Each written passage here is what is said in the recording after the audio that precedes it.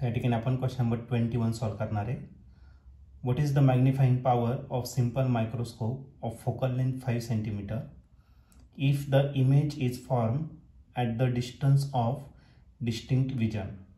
तर आपलं magnifying power find करायचं सिंपल मायक्रोस्कोपचं, ज्याची फोकल लेंथ 5 सेंटीमीटर दिलेलं आहे आणि आपल्याला इमेज जी फॉर्म होणार आहे ती DDBला तयार होणार आहे. तर हा क्वेश्चन 2020ला आलेला होता. याच्या 4 ऑप्शनपैकी पहिलं जो ऑप्शन आहे ए ते आहे 4, बी ऑप्शन आहे 6, सी ऑप्शन आहे 5 आणि लास्ट डी ऑप्शन आहे 7. तर या 4 ऑप्शनपैकी या क्वेश्चनचा करेक्ट आन्सर काय असेल तर ते आपण सॉल्व करूया आणि मग डिसाईड करूया. तर या क्वेश्चनमध्ये आपल्याला मॅग्निफाइंग पॉवर फाइंड करायचं सिंपल मायक्रोस्कोपचं, त्याचं फोकल लेंथ 5 सेंटीमीटर इतकं दिलेलं आहे.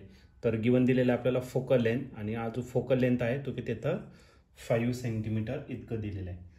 आणि ती जी इमेज फॉर्म होणार आहे तर ती तयार होणार आहे at a distance of distinct vision.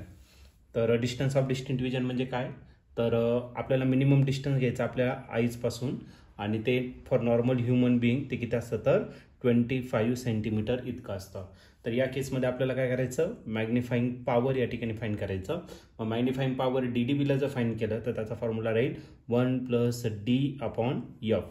Okay, 1 तसा लिहायचा, डी म्हणजे किती आपला 25 आणि जो F आलेला आहे तो किती येतं 5. 5च्या टेबलमध्ये 25 आहे, 5 5चा किती 25. मग झाला 1 + 5, 1 + 5 किती 6.